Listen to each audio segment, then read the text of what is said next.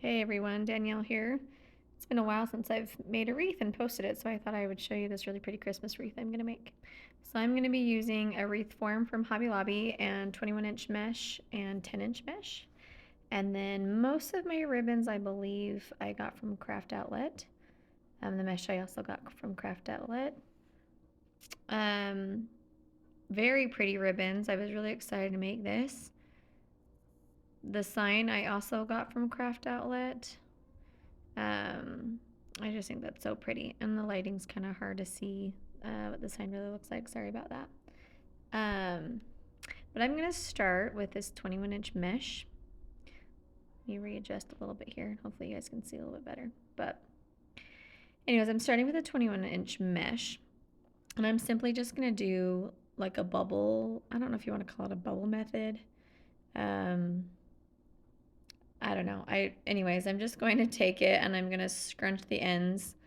And I'm gonna add this into my wreath. So scrunching this all so that way I can just attach it onto my wreath.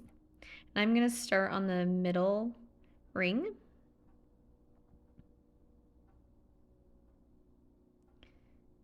And then I also like to take a zip tie and just like double secure that onto the wreath form so I know it's not going anywhere. And I just get my zip ties from Dollar Tree, so they're super cheap.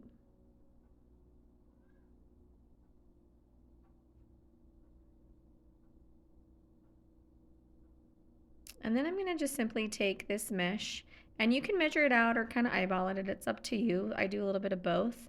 I kind of get myself going and see, what the bubble looks like, and then I'm kind of good to go. But I'm going to measure anywhere between 8 to 10 inches, and then just kind of gather it in the center and then attach it onto the next pipe cleaner. So this is going to make it really nice and full. And I like to use a 21-inch mesh, especially on these wreath forms, because they're more of a, like a 3D dimension. They're not as flat. I just feel like the 21-inch mesh fills in that space better because it's a thicker amount of material, if that makes sense. So like I said, I'm using, I would say about 8 inches of material. I tend to do like 8 inches in the center, and then on the outside, I do closer to 10. And again, this doesn't have to be perfect. So you do the size that you feel comfortable with and that you like. But this is just a really quick and easy way to get mesh onto your wreath form. So let me speed that up and we'll move on to the next step.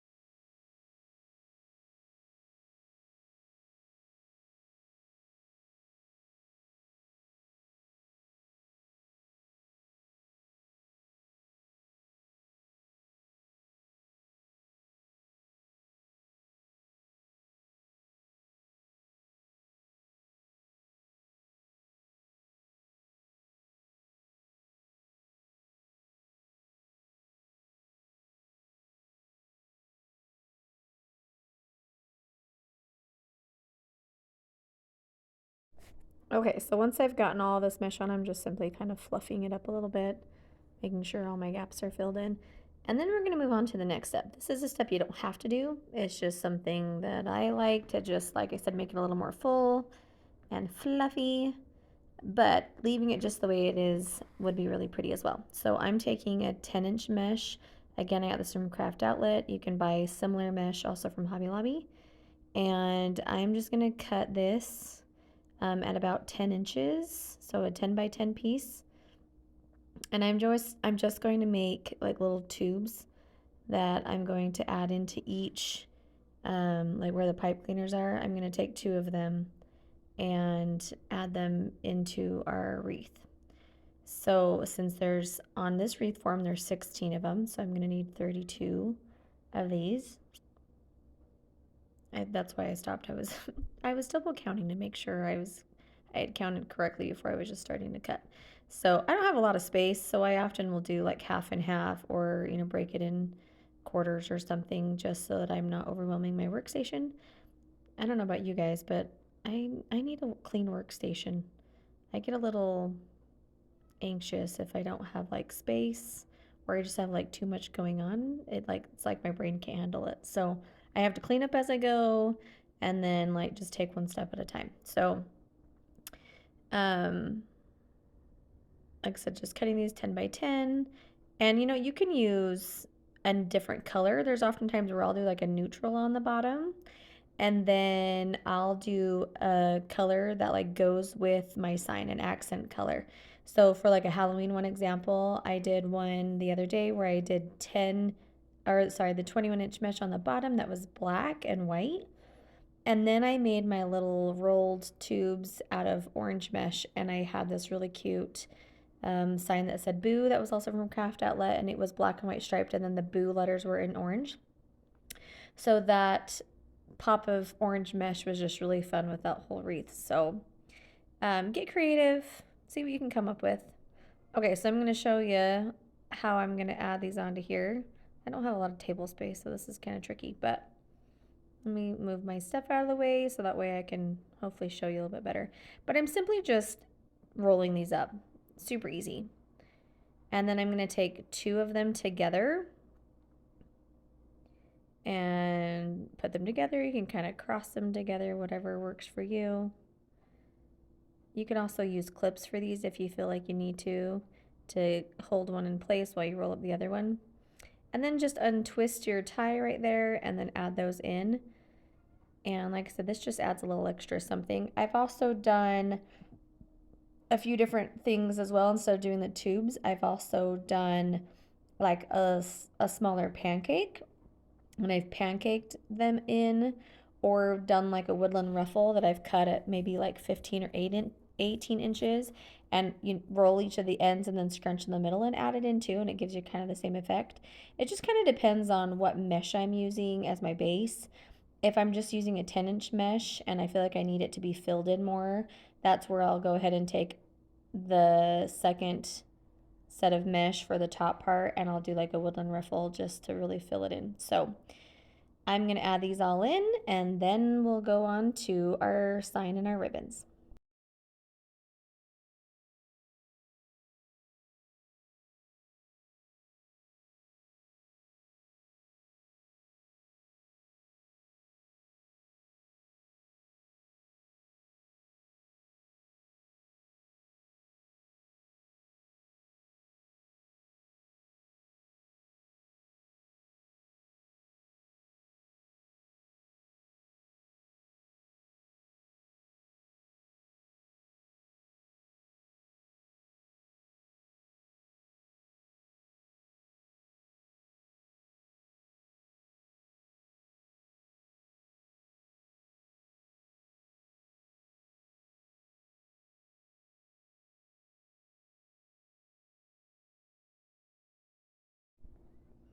Okay, now those are all added in.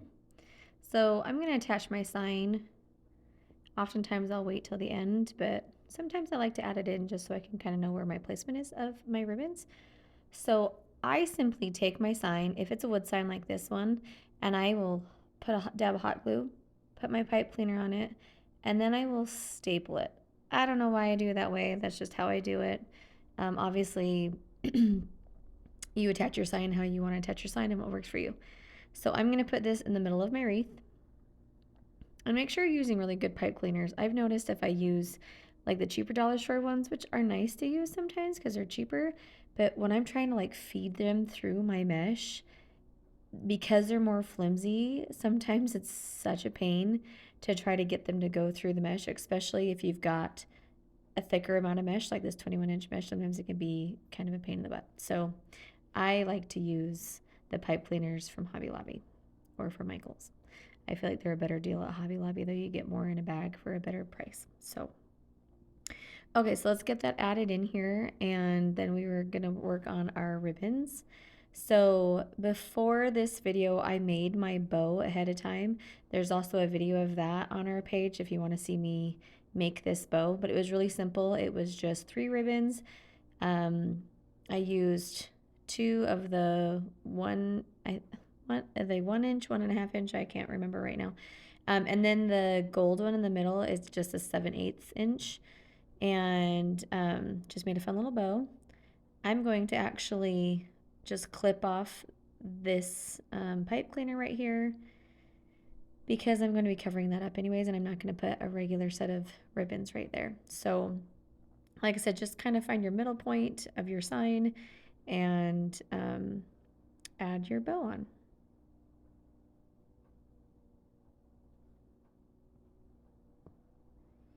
And then after I add my bow, I am using 6 ribbons. So I'm going to be doing them in pairings of 2. And like I said, I believe just about all the ribbons I'm going to be using on this come from Craft Outlet. If you are a crafter and you haven't looked at Craft Outlet yet, I recommend you checking it out. It's a really awesome website. You get free shipping after you spend $69, which happens so quickly.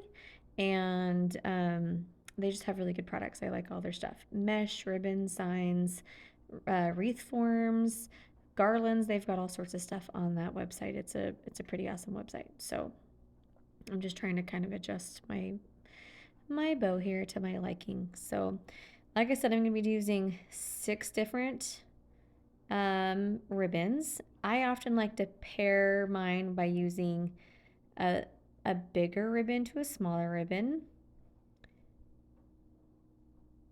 And then I don't know. It's up to you, I guess, how you want to do it. Sometimes I use just 2 of the same size, but oftentimes, like I said, I'll go a bigger size, like the 2.5 and then the 1 inch is what I often like to do. So all of these bigger ones are from Craft Outlet. They're super pretty. I just love this kind of, I don't know what kind of green you want to call it. I want to say it was considered a sage green on Craft Outlet, but just super pretty. So I counted out my spaces. So since I clipped off the 1 space, so remember there was 16, they're not pipe cleaners, but you guys know what I'm talking about, center points of where you're going to add in your ribbons, but I clipped one off where my bow was going, so I have 15. So since I'm using 3 sets of ribbon, I need 5 of each set of my ribbons. So I am going to just cut all my big ones first, and I'm cutting them at 14 inches. And then I'm just going to simply dovetail them. You don't have to do this part. You could cut them on an angle, or you could use some pinking shears and make the fun little edge on them. I do a variety of ways, but dovetailing is definitely my favorite way to do it. I just think it's really pretty. This ribbon was kind of interesting. It definitely felt more like fabric. It's kind of different. And then the next one that I'm using, the one that has the cute little houses on it, it was a rather stiff one just because there's like a print on it. So I'm not too finicky on the types of ribbon I use. There's some that I don't care for. And like I said, there's a wide variety on Craft Outlet to use. So, okay, so remember we're doing 5 of each of these, cut at 14 inches, and then dovetailing. This ribbon's upside down for what you're seeing, but it is so pretty, and it's got just that really pretty shimmer to it, and it just matches our sign so perfectly, I think.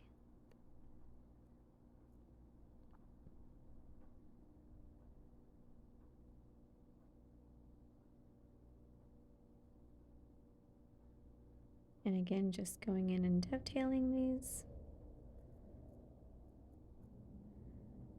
I think my favorite part about crafting, especially making wreaths, is just the creativity that you can use. I think it's fun to look at other people's wreaths and see what they come up with. You know, you could take the exact same sign and give it to, 5 different wreath makers, and the things that they will all come up with will be completely different, and they'll all be so pretty and beautiful. And like I said, it just amazes me the creativity of everyone. This mesh right here, or sorry, ribbon, is really fun. It, I don't even know what you'd call it, what it's made out of, but it just looks like snow. So I thought it was perfect for this one. I'm not going to dovetail this one. I'm going to just simply keep it at a cut edge just because I didn't know if it would look kind of weird at a dovetail just because of the type of material it is. And I often do that with certain ribbons that are just a different type of texture. Okay, so next I'm going to be using my 3 smaller ribbons. And when it comes to this wreath, sometimes I will do all the same method for all of the ribbons in my wreath.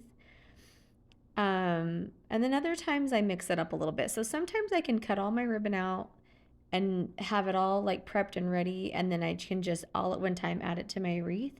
And then there's other times that I want to kind of do it as I go and decide what I'm doing.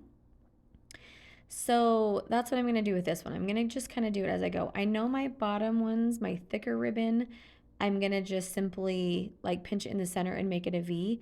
But I thought on some of them I wanted it to be a little bow. So some of the thinner ribbons, I'm going to just simply V it with my bigger one like this one. So I'm just taking these, I'm going to just kind of crisscross them a little bit. And then I'm going to find my center point, and you can do that however you want to using your cutting mat, or if you fold your ribbons in half, whatever works for you.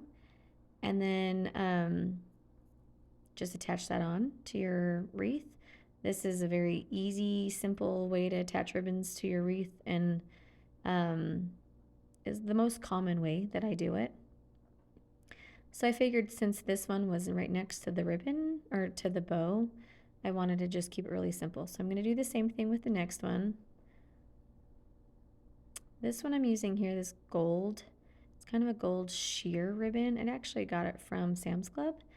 Sam's Club has really good deals on ribbon, but you have to like be on it to get ribbon from Sam's Club because it goes really fast. So if you see it, you buy it, because all the good ones disappear really quickly. So since this ribbon's like directional, it's got a design on it, just make sure that you're adding it onto your wreath for the direction that makes sense. So that way, you know, when you're looking at your ribbon, the houses or the trees or, you know, the whatever the picture might be, that it's not upside down. I definitely look at some of the older wreaths that I started making, you know, years ago. My first few ones, I didn't pay attention to those kind of small details. And I look back some of those wreaths and I just kind of have to like shake my head at myself, because I think, how did I not think about making sure those things, you know, went in a certain direction? But those are things I think we just learn as we go, and we have experience and we continue crafting. So, okay, so this one I'm going to make a bow out of. So I'm starting at my 10-inch on here just because I don't have the space. So anyways, I'm starting at the 10-inch. I pinched at the 16, so I have a 6-inch tail. And then I did, so from 16, and then you can make the bow part as big as you want. So I went from 16, and then I think I went to, trying to remember how big I made I want to say they were 6-inch ones.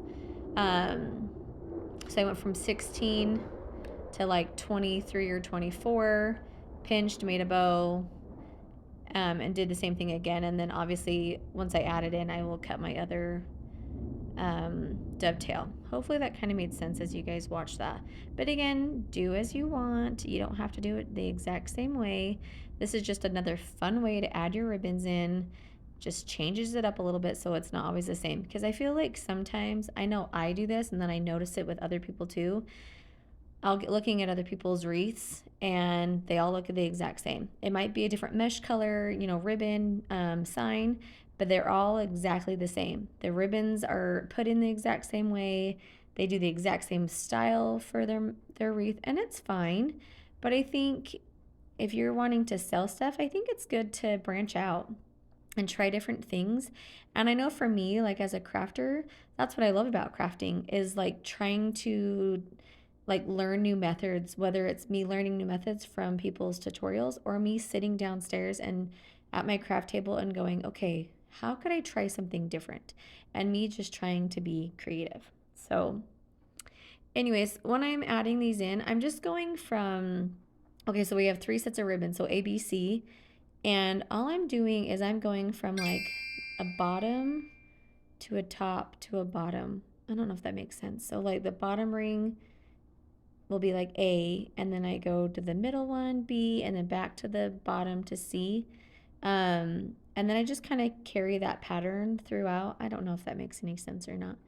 Um, I also sometimes will do like all my bottom ones first and then my top ones. And I just make sure that I try to alternate it appropriately. And sometimes it just turns out that you have ones that end up landing near each other that are the same ribbon. If that bothers you, I have a set that happens on mine. Because on these work wreath forms, oftentimes they don't space the pipe cleaners out correctly. And so, like on this one, I actually had two that were like right next to each other, and I ended up cutting it off. And that's not a big deal. You can do those kind of things.